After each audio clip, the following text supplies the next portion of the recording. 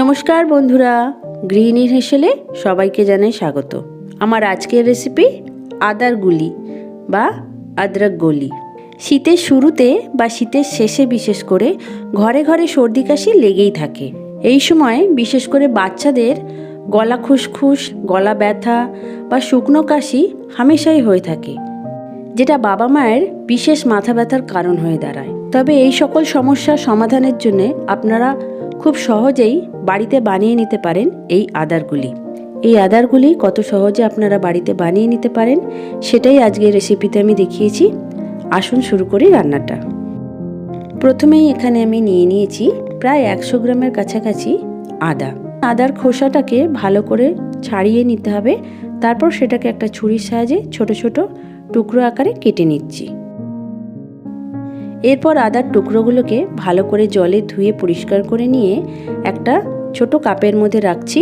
বন্ধুরা, আমি এখানে এই 1 কাপ পরিমাণ আদা নিয়েছি। আমি পরিমাণটা বলেছি এবং কাপ হিসাবে যদি মাপেন তাহলে এখানে আমি 1 কাপ পরিমাণ আদা নিয়েছি। এবার একটা মিক্সার জারের মধ্যে আমি এই ধোয়া আদাটাকে নিয়ে নিচ্ছি। এরপর আদার একটা স্মুথ পেস্ট আমি বানিয়ে নিয়েছি। বন্ধুরা, আপনারা চেষ্টা করবেন জল না দিয়ে আদাটা বাটার, চাইলে শিলেও বেটে নিতে পারেন। আমার একটু বাটতে গিয়ে সামান্য পরিমাণ জল লেগেছিল, তো আমি জল মিশিয়েছি। দেখুন, একটা স্মুথ পেস্ট আমার রেডি হয়ে গেছে। যতটা স্মুথ করা যায় ততটাই কিন্তু করবেন। এরপর ওই একই কাপের মাপ নিয়ে আমি 1 কাপের থেকে একটু কম মাপের আখের গুড় নিয়েছি। বন্ধুরা, আখের গুড় আমরা জানি শরীরের পক্ষে খুবই উপকারী, তো এখানে আখের গুড়টা নিতে হবে। আপনারা চাইলে গুড়ের পরিমাণটা একটু বেশিও দিতে পারেন। গ্যাস ওভেনে এবার একটা প্যান বসিয়ে নিয়েছি। এর মধ্যে আমি বেটে রাখা আদাটা দিয়ে দিলাম। গ্যাসের ফ্লেমটা মিডিয়াম লোয়ে রেখেছি। আদা বাটাটা একটু নাড়াচাড়া করে নেওয়ার পর এর মধ্যে আমি গুড়টা অ্যাড করে দিচ্ছি।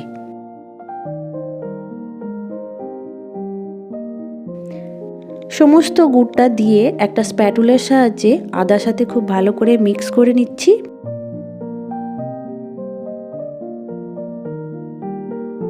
গুড় আর আদা যখন একসাথে খুব ভালো করে মিক্স হয়ে ফুটতে শুরু করবে, এই সময় এর মধ্যে আমি দিয়ে দিচ্ছি 1/2 টিস্পুন পরিমাণ নুন, 1/2 টিস্পুন পরিমাণ বিট নুন, 1/2 টিস্পুন পরিমাণ গোলমরিচ গুঁড়ো আর 1/4 টিস্পুন পরিমাণ এলাচ গুঁড়ো।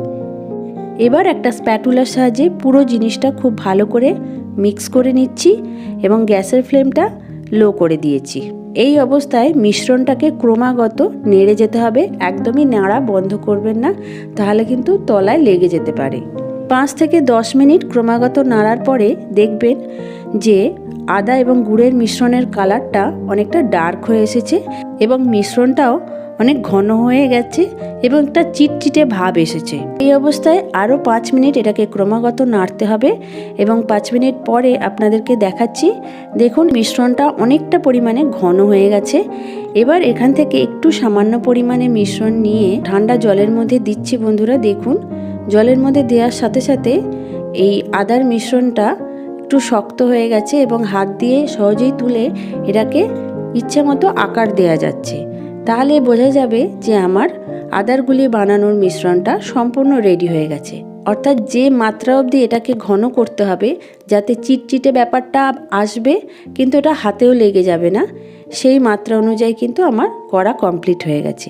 আপনারা এইভাবে জলের মধ্যে ফেলে টেস্ট করে নিতে পারেন। আমার আদার মিশ্রণটা রেডি হয়ে গেছে। এটাকে আমি এবার গ্যাস অফ করে নামিয়ে রাখছি। এই সময় আমি একটা প্লেট নিয়ে নিয়েছি। প্লেটের মধ্যে সামান্য একটু পরিমাণে ঘি প্লেটের সারফেসের ওপরে আমি বুলিয়ে দিচ্ছি, কারণ এর মধ্যেই আমি আদার মিশ্রণটাকে ঢালবো।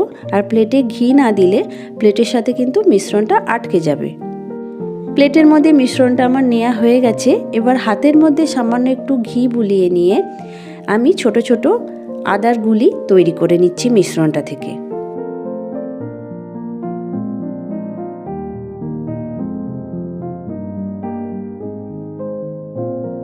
এরম সুন্দর ছোট ছোট বলের আকারে আদার গুলি তৈরি করে নিয়েছি।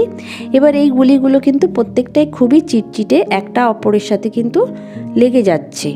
সেই জন্য এগুলোকে যাতে একটার সাথে আরেকটা জুড়ে না যায় তার জন্য এর ওপর থেকে আমি কিছুটা চিনির গুঁড়ো ছড়িয়ে দিচ্ছি।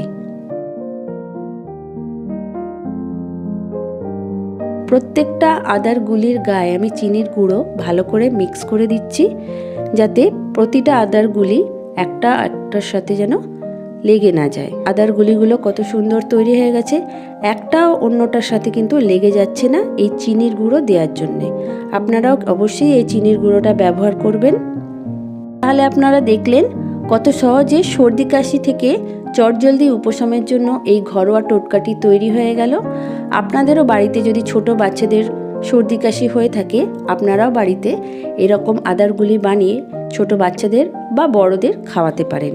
এটি ভীষণই উপকারী, আর এর মধ্যে আখের গুড় দেয়া আছে যেটা শরীর ঠান্ডা রাখে। তো সব মিলিয়ে এই ধরনের মরশুম, যেখানে আমাদের ঠান্ডা গরমে প্রতিটা বাড়িতে ছোট বড় সবাই এই ঠান্ডা গরমের জন্য গলার কাশি, গলার ব্যথা বা সর্দিতে ভুগছে, তারা এই ধরনের আদারগুলি বাড়িতে বানিয়ে যদি খায় তাহলে অবশ্যই এর থেকে উপশম পাবে। আজকের এই রেসিপিটা আশা করছি আপনাদের অনেক উপকারে আসবে। ভালো লাগলে একটা লাইক, শেয়ার এবং কমেন্ট করে দেবেন। অবশ্যই আপনাদের কমেন্টের আশায় থাকব। আর এই ধরনের সুন্দর সুন্দর রেসিপি যদি আপনারা আরও দেখতে চান, তাহলে চ্যানেলটাকে সাবস্ক্রাইব করে পাশে থাকবেন। অবশ্যই নোটিফিকেশান বেলটা কিন্তু অন করে দিতে ভুলবেন না। দেখা হচ্ছে নেক্সট উইক আবার নতুন কোনো রেসিপির সাথে। সবাই ভালো থাকবেন। ধন্যবাদ।